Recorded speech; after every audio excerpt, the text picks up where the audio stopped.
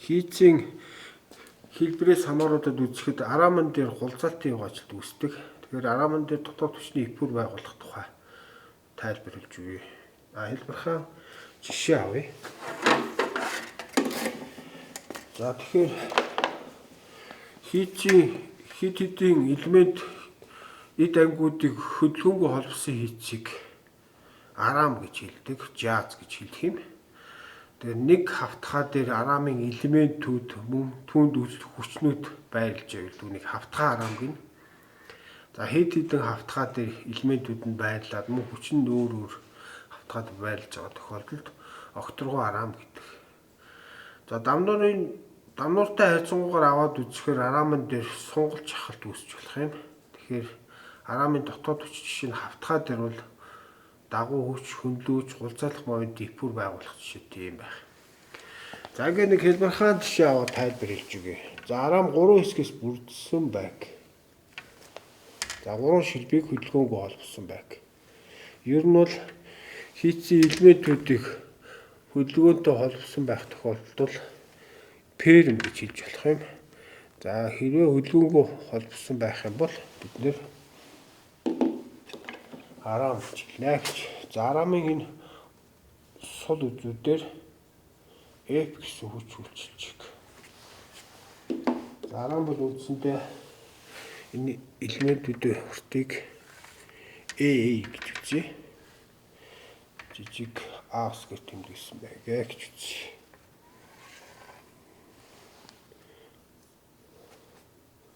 Шилбэнүүдийн хүртийг A гэдэг. За босоо байрлалтай шилбэний хувьд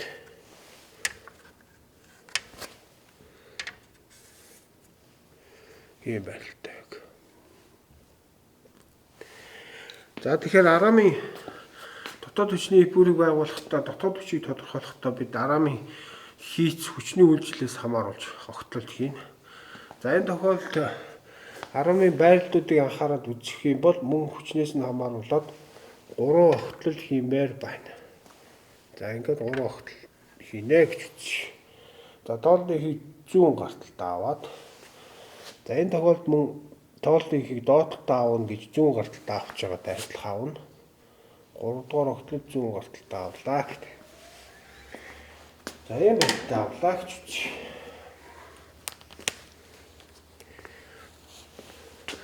За тэгэхээр нэгдүгээр огтлол тэгээс А завсартыг нэ гэж. За NZ1 гэж давуу хүч тэмдэглээ. Тэр энэ үед огтлол ихэд дотоод хүчинд авч үзэхээр шилбэний дагуу үйлчилж байгаа хүч алга. Тэгэхээр дагуу хүчин тэгтээ тэнцүү гэт. За хөндлөн хүчийг анхаарал үзье. За энэ үед мөн л дамнуур дээр хийсэн гулзаалтын тэмдгийн дүрмээ анхаарч үзнэ. Тоол нэг 100 гарталтай авах дооч хийсэн хөндлөн хүчийг хасах тэмдэгтээ аваа гэт хасах F гэж авчих. За момент бол мэдээж тоолны 100 гарталтай авах үед хасах тэмдэгтээ момент үүсгэн. За FZ1 гэж үзнэ. Тэгэхээр биднийхээр бол энэ зай Z1 зайд байна гэж бид ойлгож явах хэрэгтэй. Ийм юм. За ингээд момент Z зайнаас хамаарч чинь Z1 тэг үед нэгдүгээр огтлол дээр момент нь тэгтээ тэнцүү. Z1 А үед момент нь хасах F А гэсэн хэлбэртэй болголоо. Ийм байдалд дотоод ч тодорхой. За 2 дугаар огтлол аваад үзье. 2 дугаар огтлол аваад үзье. За бид бол мөн тоолны ихийг 100 гарталтай буюу бид ер нь бол бичгийн 4 мясаар бид тоолны ихийг доотлоос аавна ингэж харах юм бол тэр 2 дугаар огтлол Z2 шүү. Z2 зай маань тэгээс А завсартыг нэ гэж. За ингээд дагуу хүчний утгыг анхаарал үзье. За F хүчинд үйлчилж байгаа хүчийг параллелээр шилжүүлэх лемесоор онлын механик үзээсээ доош нь татаж байна. За татж явах үед сунгах үйлчлэлтэй нэмэх тэмдэгтээ авдаг. Бид сунгалж эхлэхдээ нэмэх тэмдэгтээ авдаг. За хөндлөн хүчийг анхаарал үзье. Z2 гэх юм бол шилбэний тэнхлэгт перпендикуляр үйлчилж байгаа хүч алгаа 2 дугаар байрлал дээр. За моментийн утгыг аваад үзье. MZ2 гэвэл за F хүч огтлын төлөвтэй хайрцангуугаар мөрөн А байна. Хасах тэмдэгтээ момент үүсгэн тогтмол утгатай. Тэгэхээр хасах F А гэсэн момент үүсгэнэ гэж. За 3 дугаар огтлол аваад үзье. 3 дугаар огтлол. За бид тооллыг эндээ авсан гэж үзвэл А-гаас 2А завсарт 3 дугаар огтлол хийгдэнэ. 2А завсарт. За энэ 6-аар үзүүлэх юм бол энэ 3 дугаар огтлол байлаа гэж үзэх юм бол энэ хүртэл зай Z3А гэж.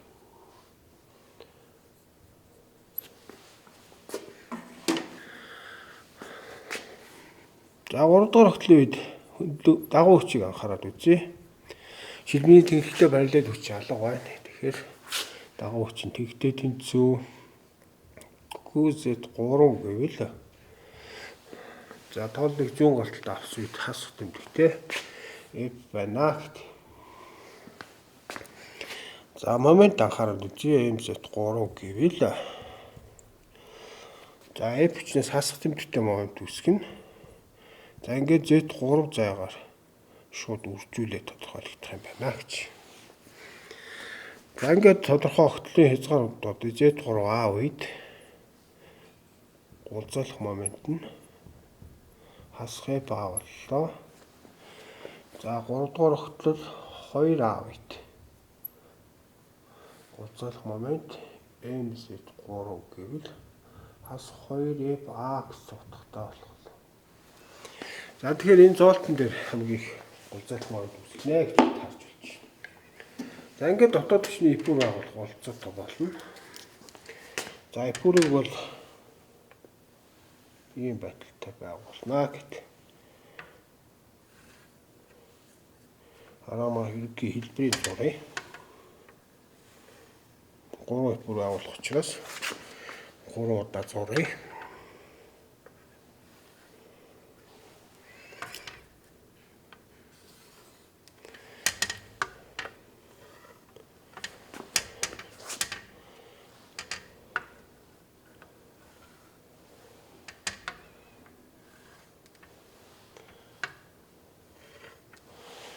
ийм байдалтай харамын хэлбэрүүдийг зурлаа. За биднийх бол одоо жишээний нь бол суурь шугам болно гэсэн үг.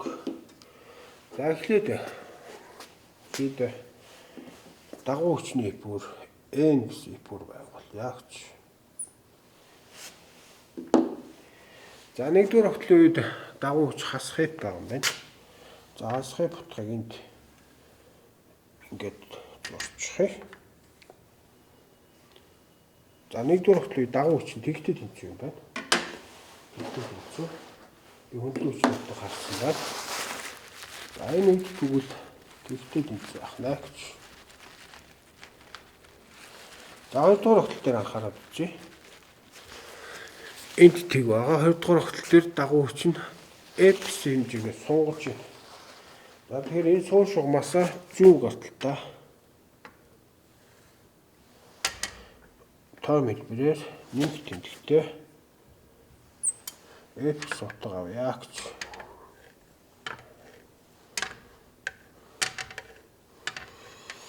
За энэ бол дагуу хүчний эпүр. 3 дугаар огтлол дээр дагуу хүч байхгүй байна. За хөндлөн хүчний эпүр Q гэж үзвэл за одоо түрүүний байгуулсантай адилхан эхлээд F хүч хасах тэмдэгтээ байна.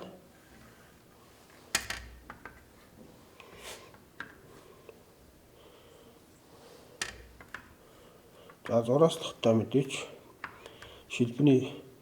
арамын шилбэний тэнхлэгт перпендикуляраар F гэдэг. За 2 дугаар огтлын үед дагуу хүч байхгүй, 3 дугаар огтлын үед хасах F байна гэж.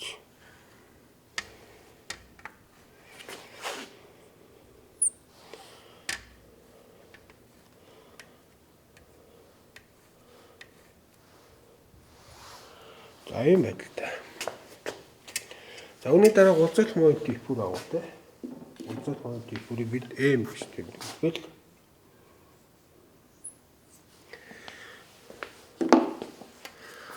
за нэгдүгээр огтлын үед тэг байхад тэг байж хагаад хасхыг баавс. За пүрийг нэг ийм хэлбэртэйгээр 3 хэлбэртүүд өрсөлдөгдөнө.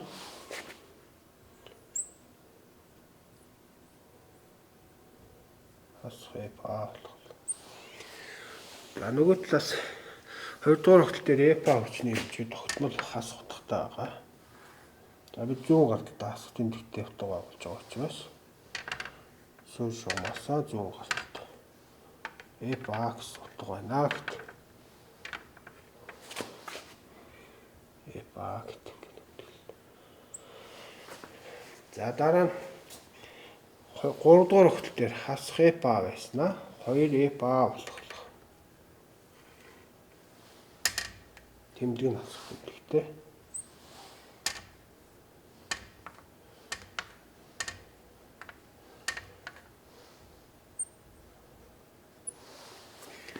За тэгэхээр уулзалтын үед ер нь арамын тооцоо хийх юм бол хавтгай арамын хувьд дотоод хүчний 3 хүчний эпүр байгуулагдана. За окторгоо арамын хувьд дагуу хүч, 2 хөндлөн хүч, мөн гулзалх момент 2 удаа 2x y тэнхлэгтэй харьцан гулзалх момент мушх момент гэж 6 дотоод хүчний эпүр байгуулагдах жишээтэй байна. За хэлбэрхан арамын тооцоо дотоод хүчний эпүр байгуулах хэлбэр нь юм байна. Хийцийн элементүүдийг морийн хэлбэртэйгээр янз бүрийн морийн хэлбэртэйгээр цагиргал хэлбэртэйгээр ч юм уу хийх тохиолдолд ажиллах юм. Жишээ нь барилгын арк байна. За мөн өргөн дэвлэх машины сум байна.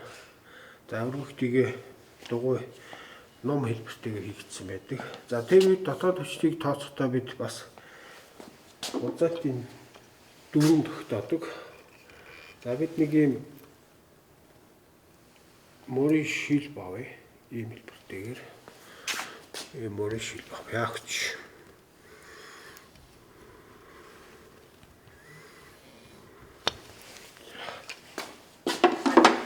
За шилбэний 2 үзүүрийг нь хөдөлгөөнгөө бэхэлсэн байг.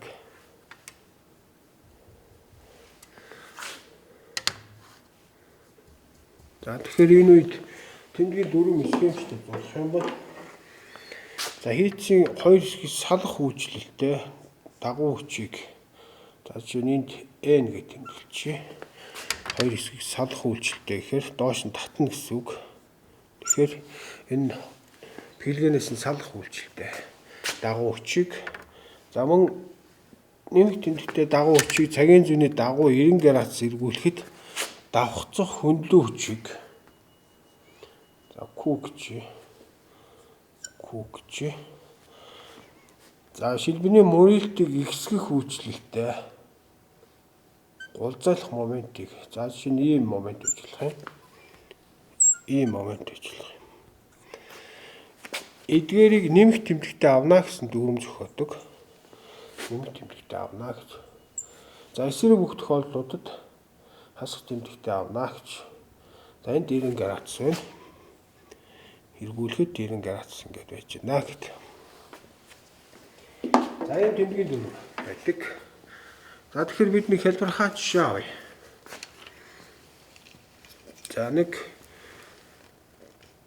хагас 4-1 тойрог бүхий юм хагас ном хэлбэртэй шил баг. Доод үзүүрийн хөдөлгөөнгөө бэхлэе. Энд хөдөлгөөнгөө бэхлэгдсэн баг. За шилбэний сул үзүүр дээр нь ихтэй тэнхлэгтэй параллелаар F хүч ингэж үйлчилж байгаа гэж үзье. За хийцийн хувьд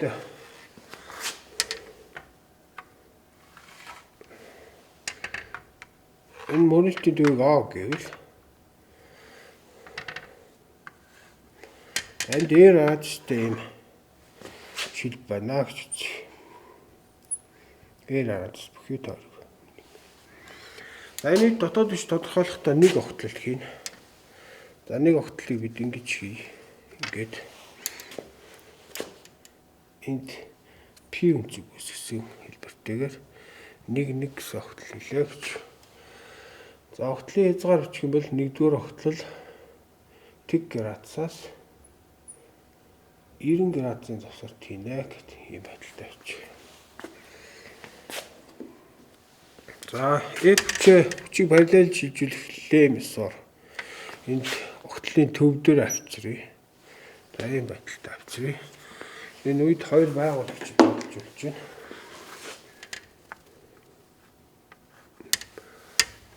За ингээд хоёр байгуулагч задлана. За мэдээж энэ хоёр байгуулагч нэг нь шилбэний дагуу хүч болно, нөгөөх нь хөндлөн хүч болно. Ийм байдалтай ингээд судлаа гэж. За мэдээж P үнцийг энд байгаа юм чинь энд P үнцийг үүснэ. За энд F cosine P гэсэн байгуулагч болно. Энд F sinus P гэсэн байгуулагч болно гэж ийм байдалтай. За ингээд дотоод хүчнүүдийг илэрхийлээд бичих юм бол NP гэвэл за мэдээж сонгох үйлчлэлтэй байна. Хоёр хэсгийг салах үйлчлэлтэй гэвэл F cosine P гэсэн байгуулагчаас дагуу хүч үүснэ гэж. За хөндлөн хүч QP гэвэл за энэ дагуу хүчийг нэмэх тэмдэгтэй дагуу хүчийг цагийн зүйний дагуу 90 градус эргүүлэхэд F sinus P эерэг утгатай үүснэ гэж хэлж байна. За моментын төгсдөлч MP гэвэл за F хүч шилбэний морилтгийг хэсгэж байна. Тэгэхээр нэмэх тэмдэгтэй болно. За мөр нь энэ хоорондын зай болох ёстой. Энэ хоорондын зай болох ёстой. Тэгэхээр зайнаас хасах нь R cosine P гэсэн утгатай мөр өгснэ гэж. За ингээд тодорхой утгуудад бодъё. P тэг градусыг бодъё. За мэдээж косинус 0-д 1 гэсэн утгатай болно. Тэгэхээр F сунгаж байна. За хөндлөн хүчийг анхаарал үзвэл синус 0-д тэг гэсэн утгатай моментыг анхаарал үзье. MP гэвэл за эрээс эрийг хасахаар ингээд тэг болж байна. Энд гулцаалх момент үүсэхгүй гэж мэдээж ойлгомжтой. За дараа нь дунд нь нэг бодоод үзье. 45 градусын үед за NP гэвэл NP косинус 45-д тэг 17 гэсэн утгатай аавна гэж үзвэл тэг 17 F. За хөндлөн хүчийг анхаарал үзвэл мөн эерэг утгатай тэг 17 F гэсэн утгатай байна гэж. За реакцийн моментыг анхаарал үзвэл дотоод хүчний момент мөн косинус 45-д тэг 17 гэвэл эрээс хасгаар тэг 13 FR гэсэн хэлбэртэй боллоо гэж ийм момент үүсгэнэ. За дараа нь энэ зоолтон бэхэлгэн дээр аваад үзье. P 90 градус үед. За NP гэвэл косинус 90-д тэг гэсэн утгатай болж ирнэ мэдээж. За дараа нь хөндлөн хүчийг анхаарал үзвэл синус 90-д 1 гэсэн утгатай. Тэгэхээр F хүч нэмэх тэмдэгтэй. За моментыг анхаарал үзвэл за косинус 90-д 1 болно. Ингээд FR гэсэн эерэг утгатай момент үүснэ гэж. За ингээд дотоод хүчний их бүр байгуулах оролцоотой боллоо. За их бүр байгуулахын тулд бид ийм хэлбэртэйгээр шилбэний хэлбэрийг зуръя. 3 их бүр байгуулах учраас 3 удаа ингэж зуръя. За энэ бол мэдээж суур шугам болно.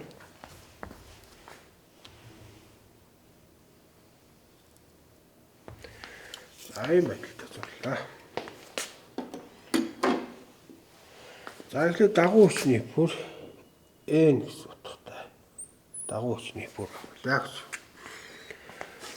За нэгдүгээр тэг үед F гэсэн утгатай. Дараа нь тэг 17 тэгээд тэг боллоо гэсэн юм. Эерэг утгатай юм байна. Дагуу хүч. За тэгэхээр ийм байдалтай зураг зуръя. 45 градус үед ийм их болоход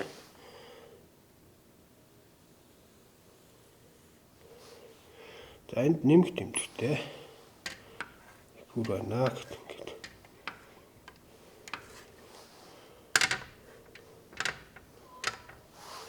F 45 градус үед тэг 17 F золтон бэлгэн дээр тэг байгаа гэж.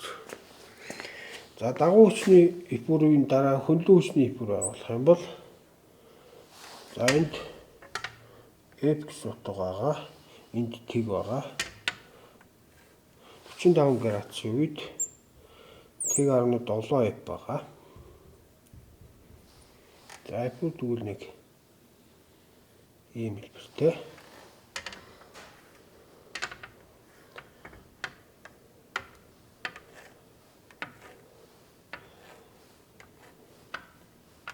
Ингээд зурчилж. За энэ бол хөндлөн хүчний бүр гэж. За гулцал поинтыг бүр M гэвэл за нэгдүгээр тэг байх. Тэг градус байх. Тэг байна. 45 градус үед тэг 13 FR байсан. FR утгатай. За энд FR гэсэн гулцалх момент үсэж байгаа. За F-рүүд мэдээж нэмэх тэмдэгтэй байгаа учраас нэмэх тэмдэгтэй шилбэний гадна зурчих.